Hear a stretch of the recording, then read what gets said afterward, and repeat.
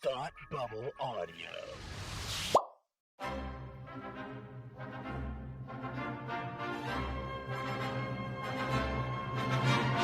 Look, up in the sky! You will never find the more wretched hive of scum and villainy. Welcome to Beer with Geeks with Tim and Frank.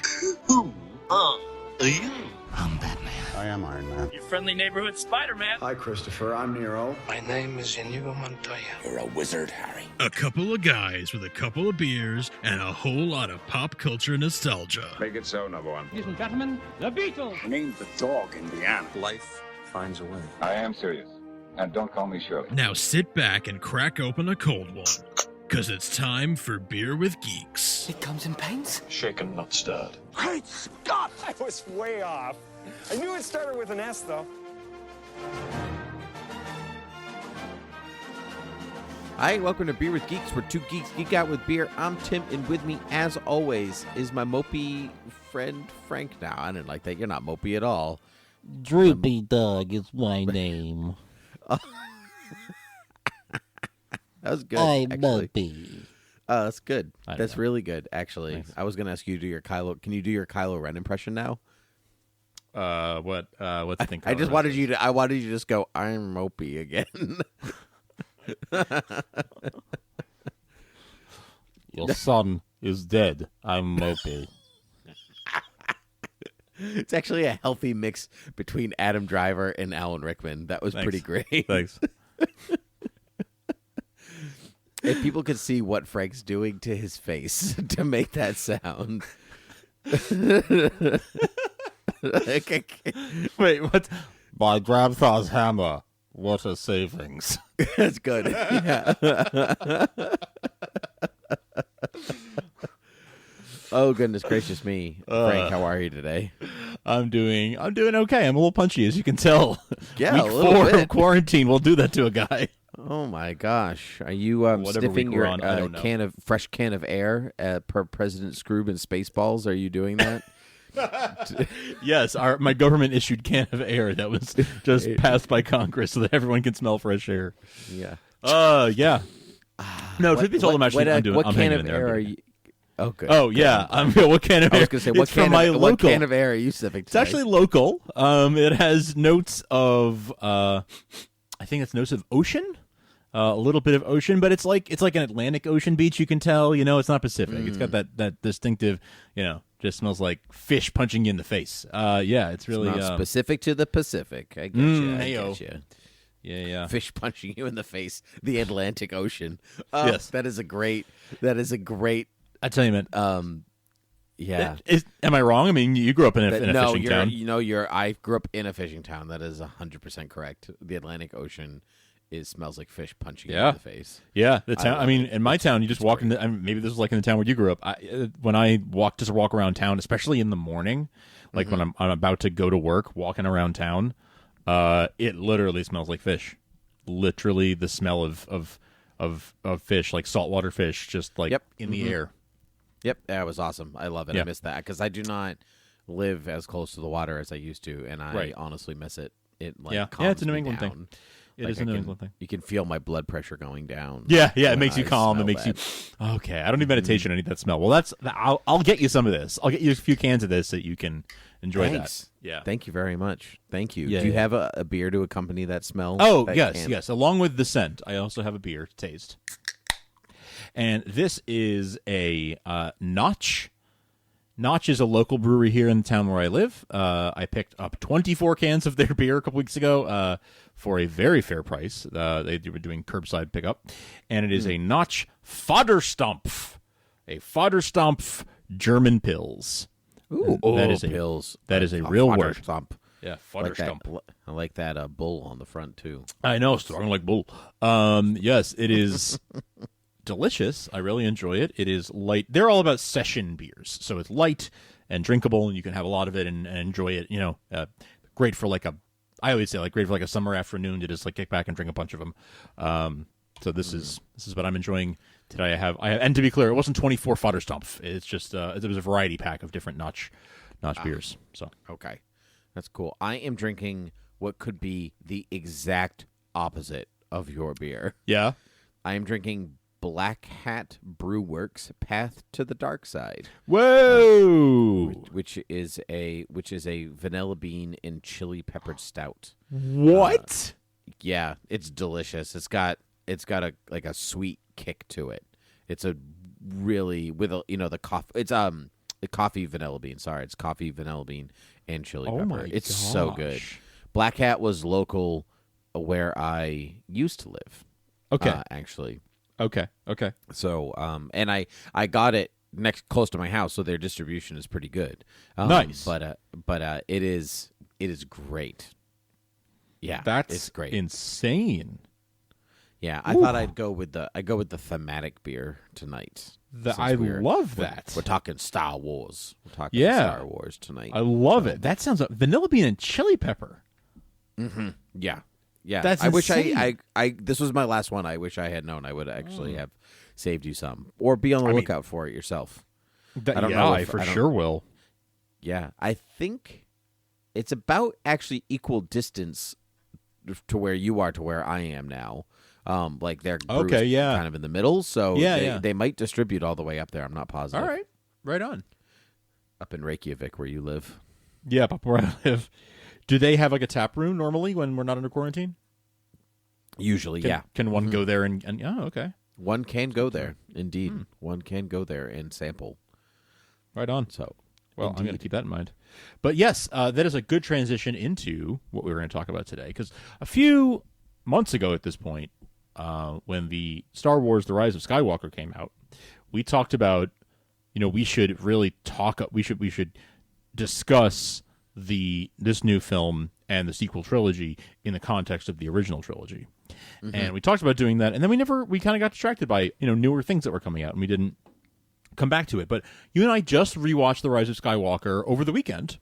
We did, and together nice. With our friend Andrew, and who so we thought it would be fun to now seems like a good time. It's fresh in our memories, so might as well talk about it. Sure. When I say together, I meant we watched over Skype. Yes, we were.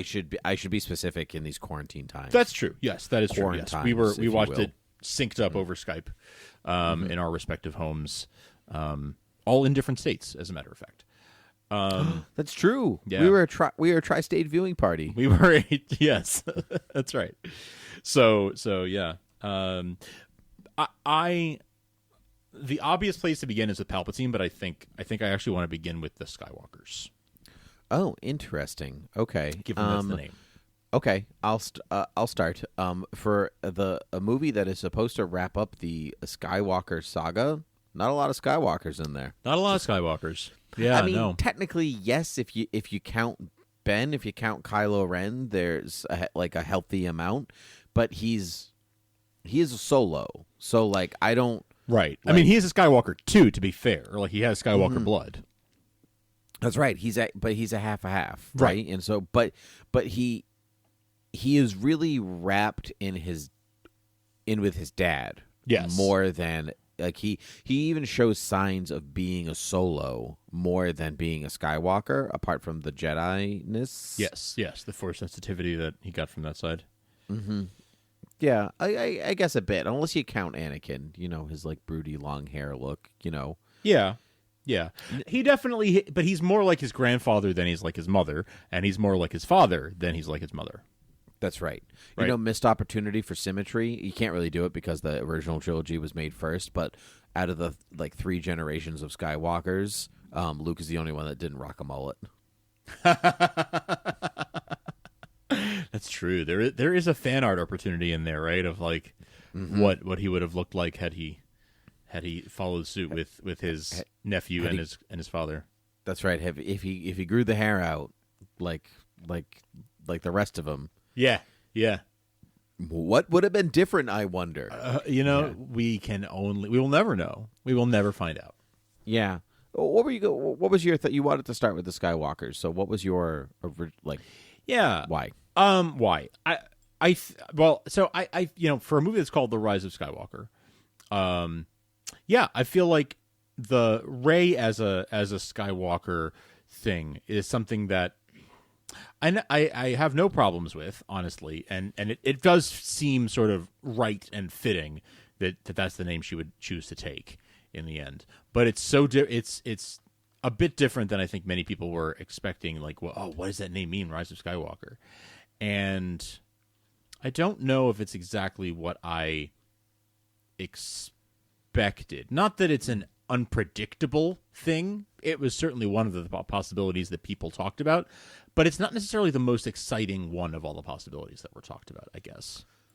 That's a and actually you're right. I think it's rather mundane in considering all of the like, oh, the Jedi are done and dead, but like the new order is called the Skywalkers, and like they're in a different breed of character, and there's like all these different theories running around. Yeah. And in the end, it was just like she took a last name. Yeah.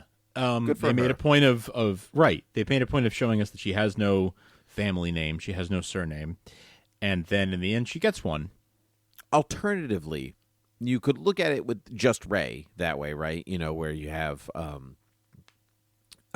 you have Rey being like, I'm a Skywalker. I'm taking that name now. It's nice, so people stop asking me what my last name is, even though nobody's asked me that forever.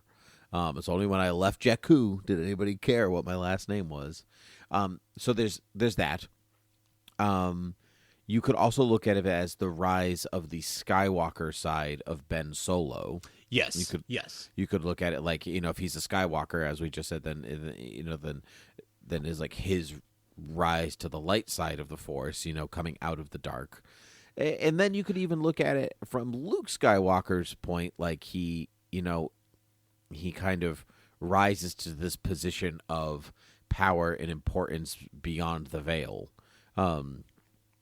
With his kind of like last push off to send Rey on her way. You could kind of look at it in all three of those ways. So at least it's not just, oh, it's me, Rey, and I have a last name now. Yeah. Right. I mean, that's not how she talks at all, but No. No. Please, I have some more. That's how Rey talks. The one thing I want to touch on there for a second is the idea that, yes, clearly Ben Solo embraced his Skywalker side, embraced his good side, and embraced the Force-wielding good side of him, the Jedi sort of parentage side of him. And I would buy that more, or not I would buy that more. I would say, like, yeah, that's a really great supporting, piece of supporting evidence for the reason why they chose the title. Mm-hmm. I would if he lived. And sure, what he did was the noblest thing you could do, right? He went from being a villain to then sacrificing his life for the hero. So absolutely, I see that, I acknowledge that, I admire that, I applaud that. And he absolutely redeemed himself. But I do think that Rise of Skywalker, it carried a lot of weight as a title, as the anticipation of like, ooh, what's it going to mean? What's it going to mean? And not that I really enjoyed this movie. I think I said it on this podcast. I know I said it on this podcast. I really, really enjoyed it. Every time I watch it, I enjoy it. Multiple times now. But that's one thing that's sort of like, they built anticipation. I think that they wrote a check they couldn't cash with that title, and then the way the movie played out. It just didn't honestly, those things didn't line up for me. Specifically those things. I think it sits in the bank of titles that don't really play out in Star Wars. There's really two halves where if A New Hope, Luke, everyone's happy again. Look, there's like stuff. Okay, I got it. Empire Strikes Back. They sure did. They won that time. Yeah. They won that movie. Return of the Jedi. Luke's a Jedi. Good for him. We got it. That's the original trilogy. Yes, Phantom Menace. Yes. Who's this guy in the hologram? I don't know. He sure is Phantom-y. That one checks out. Attack of the Clones. They did. They did attack. I will get. In the end. In the end, they attacked. In the end, but they surely did. They sure took their time getting there, but they did. They did. Revenge of the Sith. They got that revenge. They got it in a big way. They came in with a vengeance.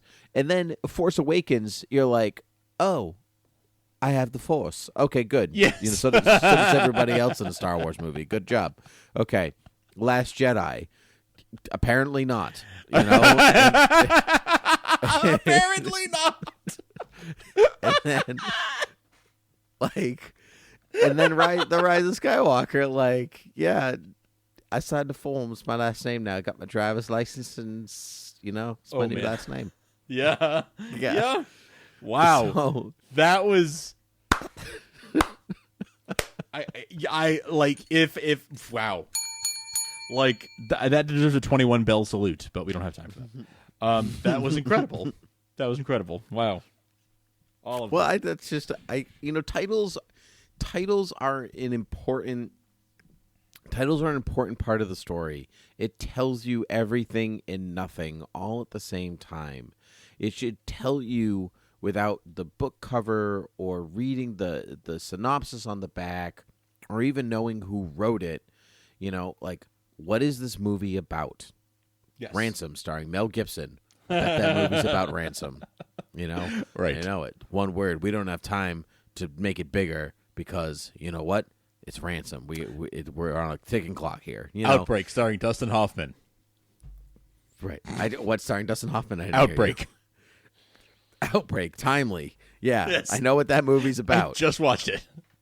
Yeah. I know what that movie's about. Sometimes titles don't play out that way. Clockwork Orange, don't know what that's about. Yep. Watch the movie, still don't know. Still not sure. No. Unclear. Unclear. I think it's about a farmer. I'm in gonna Florida. have nightmares now. So, but I have a problem with. I do have a problem with the sequel. All the sequel trilogy titles, they just really don't. Force Awakens is only validated really within Rise of Skywalker. Like, we're like, the Force really did awaken. It awakened in Jaina, and it awakened in Finn, and it awakened in Rey. I get, okay, I get it. All those former stormtroopers, that's cool. I shouldn't have had to get 2 movies to get there, So Yes. So anyway, I'm with you on the Skywalker bit. Let's talk Palpatine. Palpatine. Let's. When he was announced, how'd you feel? When he was announced, I was excited. I was excited, but like tentatively excited in that way of like, okay, let's see where this goes. That's sudden, but I'm sure they'll handle it well. That was my feeling.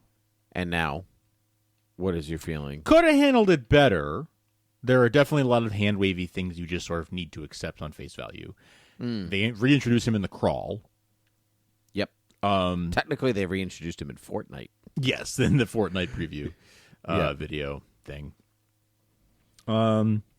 Yeah, they did. But when people talked about what else could they do with Leia other than bring her back or use the archive footage to keep her in the movie. What else could they have done? They could have recast the role. They could have done a CG Leia, or they could have killed her off in the crawl, right? Before we knew, before it was confirmed that they were using the Force Awakens footage, unused Force Awakens footage of her, one of the prevailing theories was maybe they just kill her off in the crawl, and they say, like, whatever, she didn't make it, some hard foot. But how do you pay tribute to her just with, like, getting killed off in the crawl? That seems wrong. And I kind of feel similarly, but like, how do you just reintroduce Palpatine, one of the most influential characters in the whole saga? He was pulling the strings for episodes 1, 2, and 3, and beyond, obviously, but like really behind the scenes pulling the strings. How do you just reintroduce him in the crawl? Like, all right, and he's back. That's it. And they kind of did that. I was excited enough by his being there that I am able to willfully overlook it. Like to compartmentalize and be like, yeah, that wasn't the best mechanism to bring him back. And but okay, I'm just gonna cloning is a thing. We know cloning is a thing. There's a whole movie called Attack of the Clones. So they attacked once, confirmed. They attacked once. They can attack again. So like we know cloning is a thing. That's not a stretch. But to off-screen it like that is a little bit frustrating and betrays a lack of forethought.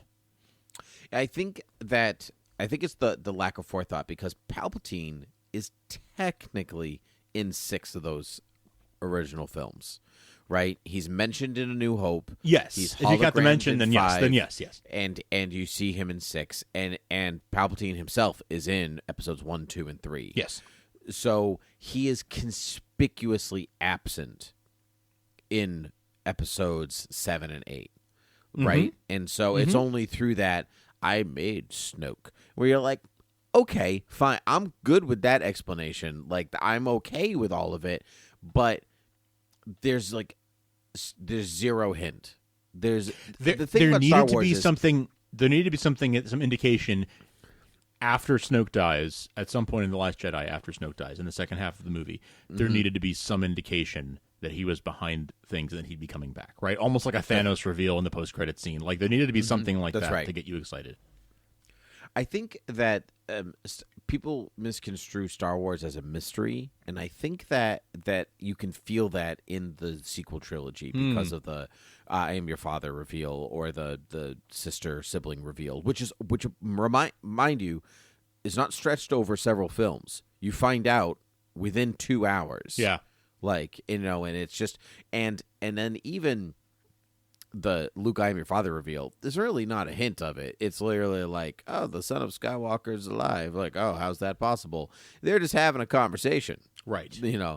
And then so, there is you could say that like there is another Skywalker holds over to the next film, but there's a plan for that in place already. So, maybe you can forgive that. That's it. That was something, right? That was a tease that there was thought behind what's happening next. So there's more to this. That's right. Even a tease like that. That's right. It wasn't out of nothing. It wasn't out of nothing. It wasn't suddenly like, and now they're siblings. There was thought behind it. And I would have loved that. I would have loved a tease like that we could point back to and be like, oh, they were telling us then. You know? Yeah, and that way these 3 sequel films feel very disconnected from one another, even though they're supposed to be connected. Yeah. And because of that, it lacks what the original trilogy could bring. Even though there's definitely a separation between episodes 4 and 5, right? Yes. Because 4 is a very contained story. It starts here, it ends here. There's probably more adventures, but there's nothing like telling you what's happening next, right? And that's okay. Right. And so it's like Raiders in that way, where it's a self-contained adventure. That's right. So you can forgive Empire and Jedi for being the ones that kind of build, like they only build on each other that way. But then Last Jedi and Rise of Skywalker should have built upon one another, right? But instead, they did a Force Awakens Last Jedi building upon one another. Yes. Except Last Jedi was also a dismantling at the same time, and that's what kind of throws a wrench in some plans. Yeah, that's right. That's right. I think I think that they I don't have the same problems with The Last Jedi that a lot of folks do. No, I really like The Last Jedi, and I will continually defend that film. Me too. Really enjoyed it. I will continually defend the treatment of Luke in that film in a lot of ways. Like, there's a lot of things I'll defend. But there are certain things that I think that it wasn't necessarily specifically like things like, oh, I don't like the way they treat Luke. It's more of the tone of a deconstructing type of film was not what Star Wars needed as part of the saga. I think a Star Wars story film, like a Rogue One or a Solo, could have done that. But part of the saga, I don't think it really belonged there. I think that whatever Rian Johnson may have had planned or may still have planned for the future, in another series of films, were that ever to come to fruition, I'd be very interested in that still, because I think the deconstructing aspect of it could still work outside of the saga. But I think doing it in the middle of the saga messed with some momentum. Yep. And made it difficult to use as a jumping off point for only one more film to wrap things up. Yes, I agree. And I think part of it is that they felt, I'm sure Lucasfilm felt a little shoehorned into the trilogy model, the 3-movie model. Yeah. Yeah, totally. Which is fine. I have no problem with the 3-movie model, but they're living in a post Avengers world, trying to squeeze that type of elongated story into a trilogy, and Yes. and when the second film is an immediate follow-up to the first film, so they actually feel like one long story. Yes. It just doesn't play the way that they want it to, which only then cheapens Rise of Skywalker. I think that's why people walked away with Rise of Skywalker a little disappointed, because it didn't fulfill all of the needs that were placed upon it, in some ways unfairly. Mm-hmm. Mm-hmm. Yep. But I think also in a lot of ways, Return of the Jedi is also a disappointing film as a follow-up to Empire Strikes Back. That's also true. The momentum and the excitement isn't quite there, and there's a different pace to that film. And it does sort of come to a slower ending. Yeah. Yep. Middle chapters generally for established franchise characters are the most exciting for a lot of people. Yeah. That's right. That does tend to be the case. You're absolutely right. Yeah. I just think that making it episode 8 out of 9, doing the deconstructing in episode 8 out of 9 was maybe the wrong slot out of 9 slots. If you were going to choose like where to put it, that's not the spot I'd put it at. I'd almost put it at 7, honestly, because then you could build off of that deconstruction. Yeah. In its own way, you can build off of something different for 2 films. Yeah. Because I wouldn't dismantle everything at the end, because that might feel like weak sauce. That's right, but there's also the other aspect. Think about this too. If you do it in episode 7, chapter 7, after a 10-year hiatus, when there's a lot of anticipation built, if you do the deconstruction, then you're gonna piss off a lot of people who want nostalgia. And Sure, JJ but I mean, went for the nostalgia. That's true, but I episode think 7. you pissed off a lot of people who wanted nostalgia after 12 years episode too, 8. even though they just got that, even though they just got 7. So Yeah, they that's just true. That's true. wanted perpetual nostalgia. That, So I mean, think, yes. Yeah. I think if you had to slot it somewhere, slot it at the beginning, and because the end, I don't think you can ever recover from it being at the end, but you could probably recover from it being at the beginning. Yeah, that's true. That's probably true. People will. I have more faith in Star Wars fans to like sort of forgive that kind of thing after time. Mm-hmm. And in retrospect, like if people were then looking at the trilogy, the sequel trilogy as a whole after episode 9, if you'd done the deconstructing in episode 7, be like, oh, okay, but they like you said, they built off of that, and they maybe I didn't care for it at the time, but now that I see the whole picture, I like it better. Kind of like fans were very forgiving of Ahsoka, who was not a very beloved character when she was introduced, and now is one of the most defended, hardcore loved characters by Clone Wars fans anyway. Mm-hmm. So I would like to think that given enough time, Star Wars fans would have said, like, I gave episode 7 a lot of crap at the time, but now that I've seen 8 and 9 as well, it all fits. Yep, I think that's true. I think for franchise, Star Wars is a little jammed too, because even though it's a franchise and should be open to interpretation, like Bond or superheroes or something like that, it's not.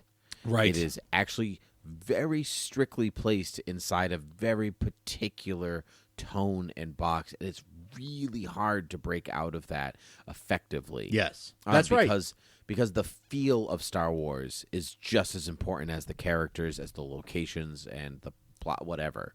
But you can do a gothic Batman, or a funny Batman, or a space Batman, or whatever. And everyone's like, well, that's not my version, but it's still Batman. That's fine. Yeah. I recognize parts of that. And they'll go and watch their own, and they'll complain a little bit. Some people will complain a little bit, but there's other versions that fit their mold. Star Wars, there is the one mold, and yes, and it's really hard to add something new into that. Yes, that's right. It's very hard to get it. It can be done. You can introduce different elements in, like Rogue One was a heist film in the Star Wars universe. It can be done. It can be done. But there needs to be a lot of, but that one almost didn't happen as well as it did. Right? It was a kind of a production hell situation, and they pulled off a success and made a really good movie. It's very easy to get wrong.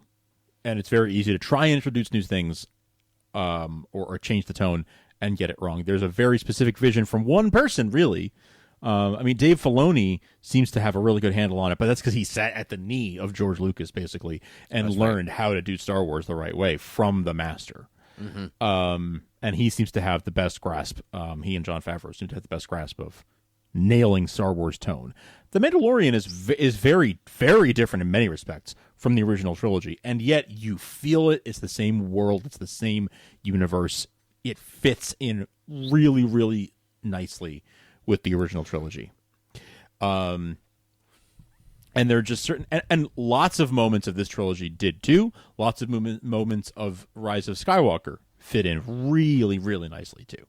Thematically, and in terms of tone, and in terms of lots of things. But not as thoroughly as something like The Mandalorian does. Nope. And episode 8 also, like, similarly, there's things about 7, 8, and 9 that fit, and there's things about 7, 8, and 9 that don't quite fit. For me, looking at pivoting quickly here, I guess as we sort of are getting towards the end, looking at the sequel trilogy as a whole, it feels a little bit meandering, like they didn't have a plan in place at the start.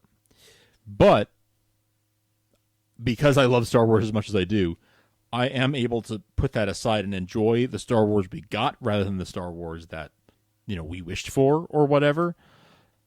And looking at what I have in front of me, I enjoy it. I own all the films, in digital and physical copies. And I enjoy them, and I pop them in every so like I enjoyed them enough that I wanted Blu-ray copies and 4K Blu-rays of them so that I can watch them in the best quality that there is, even better than streaming, because I enjoy them that much. Yep, I'm with you. I'm exactly with you. Some things I don't care for, but I feel that way about a lot of things I watch. So and Star Wars is no different. But I love Star Wars enough to say there's a lot of this I did like, and a lot of this nobody's really thought of before you put it on the screen, and I'm good with all of that. And in terms of connecting the sequel trilogy, especially Rise of Skywalker to the end, there is a lot of payoff in the way that you finally see the galaxy united, right? At the very end, that end battle with all the ships showing up, and it's not even just like the rebellion's reborn. It's like the galaxy unites against this threat, and something that that doesn't happen in any of the Star Warses. The prequel trilogy is about the galaxy divided. Literally, they're at civil war, and then it's the Empire versus the Rebellion, this ragtag team. And so finally, here you see a better galaxy, and I think that has good payoff enough for me to be satisfied in that capacity. Agreed. Hey, what's one thing I just thought of while you were saying that? You reminded me of it. This is the only film of this sequel trilogy where all 4 of the original, the original 3, and then counting Lando, 4 of our original heroes, all 4 of them have speaking parts. That's right, because Luke doesn't talk in Force Awakens. Right. Wow. This movie brought back Lando, and it has Han and Luke and Leia and Lando all having speaking parts in this movie. Wow, that's cool. That's very cool. Mm-hmm. Yeah. You just reminded me that they never showed up on screen together at one time, but you're right. Yeah, I know. That's the closest we get, though, is them being in the same movie talking. Yeah. I think it was just sometimes they were made by people who are like, well, real life, you just grow apart from people and you don't see them anymore. And sometimes you just need to stomp on those people's toes and be like, Star Wars isn't real life. Right. No one expects real life from this. No. And honestly, on the very, very short list of things that everyone wanted, them all being together in the cockpit of the Millennium Falcon was one of those things on the very, very short list. Oh, yeah. I didn't even need them in the Millennium Falcon. I just kind of needed them to together. be in the same frame together. Yeah. Like, I don't care. High-fiving one another, yelling at one another, Luke killing everybody. Doing TikTok dance videos. I don't really care. Whatever they're doing. Yep, but... Yeah. But anyway, Frank, this was... we kind of derailed ourselves, but I thought it was still a good conversation. I thought so, too. That's what Beer with Geek is about, right? It's the conversations we would have if no one was listening. So, there you go. Well, exactly. If you want more of this nonsense, you can find it at beerwithgeeks.com or at beerwithgeeks on Twitter. You can rate and review us on Apple Podcasts or anywhere you find your podcast. That would actually mean a whole lot to us. If whatever you're doing right now, other than driving, but let's face it, we're all home. If you could take a second and rate or review us. We put a lot of work and love into this podcast. We have for over 5 years now, over 300 episodes, and we really love a 4 or 5 star review from those of you who have the time and the inclination to give it. So please do that. It'll only take a second. Yeah, you can find the rest of our shows over at thoughtbubbleaudio.com. We do a whole network of shows.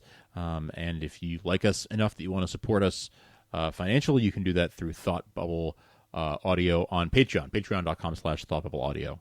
And if you can, $1 a month goes a long way in helping us do these shows. So thanks a lot for everyone who does that. Anything else, my friend? Any final thoughts, closing, parting words of wisdom, Yoda-like wisdom, before we say goodbye for another week? I think it sounded like we came down on Rise of Skywalker a little harshly in this and that. I don't think that is actually, this conversation was not indicative of actually my enjoyment of that film, which I've seen, 4 or 5 times now, I guess. And I liked it every time. I did too. It's fun. And I think at the end of the day, I kind of just need Star Wars to be fun. Yeah. In some capacity. Yeah. It was fun. I will say kind of one thing that Rise of Skywalker did really poorly. Not enough Claude. I just didn't. More Claude. They teased us with Claude at the beginning, and then, where was he? Loved the guy. Yeah. I loved Claude. And I'm not even being sarcastic. I really wanted more Claude. He was fun. No, he was whimsical and fun. He looked like a Muppet type of character. I loved that. Yep, I loved it. And so, but, say la vie. So. That's it. And I will say, this is not going to be a movie. I am stoked for the High Republic stuff that they've got coming out. I don't know why that is so, and because I'm like not a huge Knights of the Old Republic fan, I'm like it gets a little convoluted quickly for me, where I'm like, a lot of names, a lot of this, a lot of that, and I start to back away a little bit from it. But for some reason, this just feels fresh and exciting and fun and filled with adventure, and I hope it turns into something great. I do too. I hope. I have a feeling it's. I don't know. I'm not sure whether or not it's going to be for me, but it looks like it's going to be really good, and I hope it's for me. So I share. You are the most enthusiastic person about it that I know, and your enthusiasm is always infectious to me. So when you're that excited, I get excited. Oh well, good. I hope that everyone go out and be excited about this, I guess. Excitement. Excitement is good. Well, Frank, any final thoughts before we wrap up? Apparently not. Good for you. Okay. Okay. Well, until next time. Cheers. Cheers.